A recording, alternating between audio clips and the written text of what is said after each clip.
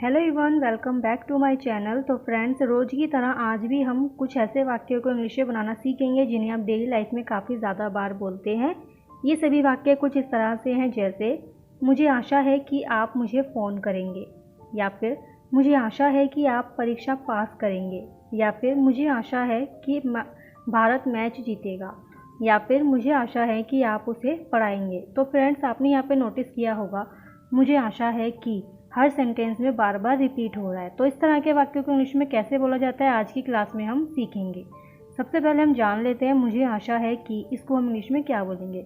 इसे हम बोलेंगे आई होप। मुझे आशा है, आई होप। आई होप का यूज़ करोगे इस तरह के वाक्यों को आप इंग्लिश में बोलने के लिए। तो आइए अब हम सीखते हैं इन सभी वाक्यों को इंग्लिश में कैसे बनाया जाता है। तो फ्रेंड्स, इस तरह के वाक्य को बनाने के लिए आप इस स्ट्रक्चर का यूज़ करोगे। सबसे पहले आप लिखोगे आई होप, मुझे आशा है, आई होप। आई होप के बाद आएगा टेंस। टेंस क्या है? आप मुझे फ़ोन करेंगे। उसके बाद जो भी टेंस हो वो आपको लिखना है। तो हमारा फर्स्ट सेंटेंस है मुझे आशा है कि आप मुझे फ़ोन करेंगे।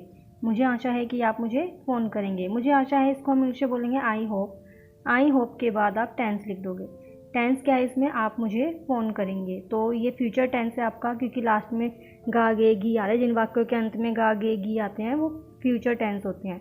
और ये फ्यूचर का सिंपल टेंस है, आप मुझे फ़ोन करेंगे। तो इसका स्ट्रक्चर होता है सब्जेक्ट प्लस विल या फिर शैल प्लस वर्ब की फर्स्ट फॉर्म प्लस ऑब्जेक्ट। ये आपका स्ट्रक्चर होता है फ्यूचर टेंस का। ओके, आई होप के बाद टेंस आएगा। टेंस में आप यूज़ करोगे सब्जेक्ट प्लस विल या शैल प्लस वर्ब की first form plus object. Will अक्सर फ्रेंड्स देखा गया है, आपने भी स्टार्टिंग से अब तक पढ़ा होगा कि आई और वी के साथ हम शैल का यूज़ करते हैं। बाकी सभी सब्जेक्ट, बाकी इसके अलावा जो भी सब्जेक्ट बचते हैं, जिससे भी सब्जेक्ट स्टार्ट होता है उसके साथ हम विल का यूज़ करते हैं ना।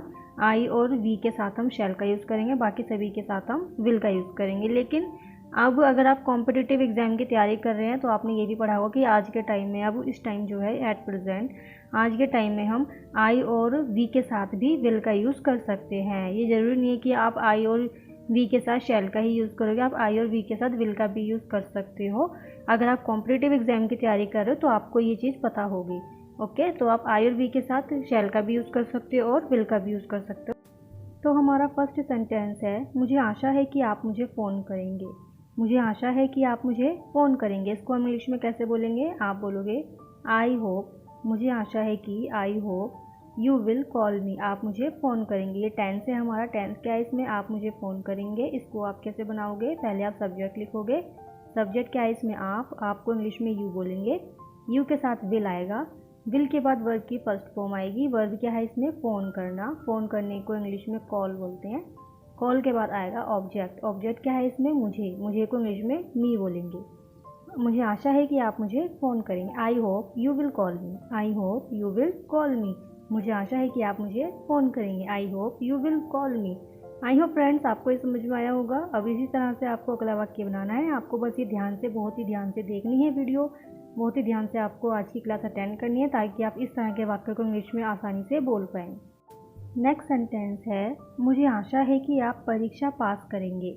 मुझे आशा है कि आप परीक्षा पास करेंगे। तो आप इसको इंग्लिश में कैसे बोलोगे? आप बोलोगे मुझे आशा है कि, इसको आप बोलोगे आई होप। आई होप के बाद आएगा टेंस। टेंस क्या है? आप परीक्षा पास करेंगे। तो आप इसको कैसे बनाओगे? पहले आप लिखोगे सब्जेक्ट। सब्जेक्ट क्या है? इसमें आपको इंग्लिश में यू बोलोगे। यू के बाद आएगा विल। विल के बाद आएगी वर्ब की फर्स्ट फॉर्म। वर्ब क्या है? इसमें पास करना। पास करने को इंग्लिश में क्या बोलते हैं? PASS, पास ही बोलते हैं। I hope you will pass. Pass के बाद आएगा ऑब्जेक्ट। ऑब्जेक्ट क्या है? परीक्षा।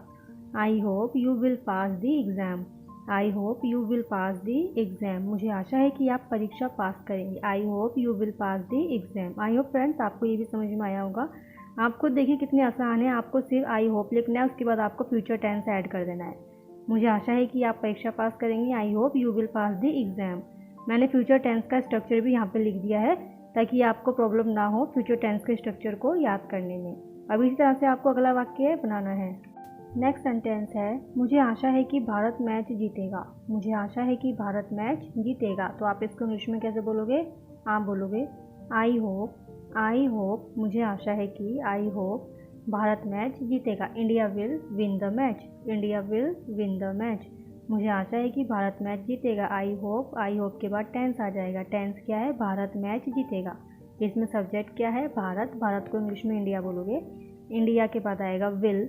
इंडिया विल के बाद आएगी वर्ब की फर्स्ट फॉर्म। वर्ब क्या है इसमें? जीतना। जीतने को इंग्लिश में विन बोलते हैं, WIN, विन। विन का मतलब होता है जीतना। I hope India will win the match. Win the match, Bharat match जीतेगा। I hope India will win the match. I hope friends आपको ये समझ में आया होगा। अब इसी तरह से आपको अगला वाक्य बनाना है।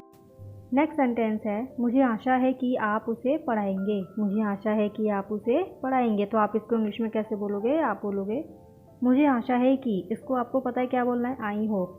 आई होप के बाद आप लिखोगे टेंस। टेंस क्या है? आप उसे पढ़ाएंगे। तो इसको आप इंग्लिश में कैसे बनाओगे? पहले आप सब्जेक्ट लिखोगे। सब्जेक्ट क्या है इसमें? आपको इंग्लिश में यू बोलेंगे। यू के साथ विल आ जाएगा। विल के बाद वर्ब की फर्स्ट फॉर्म आएगी। वर्ब क्या है इसमें? पढ़ाएंगे। पढ़ाना वर्ब है। और पढ़ाने को इंग्लिश में क्या बोलते हैं? टीच। पढ़ाने को इंग्लिश में क्या बोलते हैं? टीच। TEACH, teach. टीच के बाद आएगा ऑब्जेक्ट। ऑब्जेक्ट क्या है इसमें? उसे को इंग्लिश में बोलेंगे him. I hope you will teach him. मुझे आशा है कि आप उसे पढ़ाएंगे। I hope you will teach him. Friends, इन सभी वाक्यों को आप डेली लाइफ में इंग्लिश में बोलने की कोशिश ज़रूर करना, क्योंकि आप इंग्लिश में बोलोगे, प्रैक्टिस करोगे डेली लाइफ में इनको यूज़ करने की, तभी आप इंग्लिश बोल पाओगे और समझ पाओगे। ओके, अब इसी तरह से आपको अगला वाक्य बनाना है। नेक्स्ट सेंटेंस है, मुझे आशा है कि आप अंग्रेजी सीखेंगे। मुझे आशा है कि आप अंग्रेजी सीखेंगे। तो आप इसे इंग्लिश में ट्रांसलेट कीजिएगा, इसी स्ट्रक्चर का यूज़ कीजिएगा। आई होप, उसके बाद आप टेंस लिख दीजिएगा। ओके, काफ़ी आसान है ये बनाने के लिए। आप इसे इंग्लिश में ट्रांसलेट कीजिए और कमेंट करके आप मुझे बताइए, ताकि मैं चेक कर सकूँ आपने सही बनाया है या फिर नहीं बनाया, वो मुझे तभी पता चलेगा जब आप कमेंट करोगे।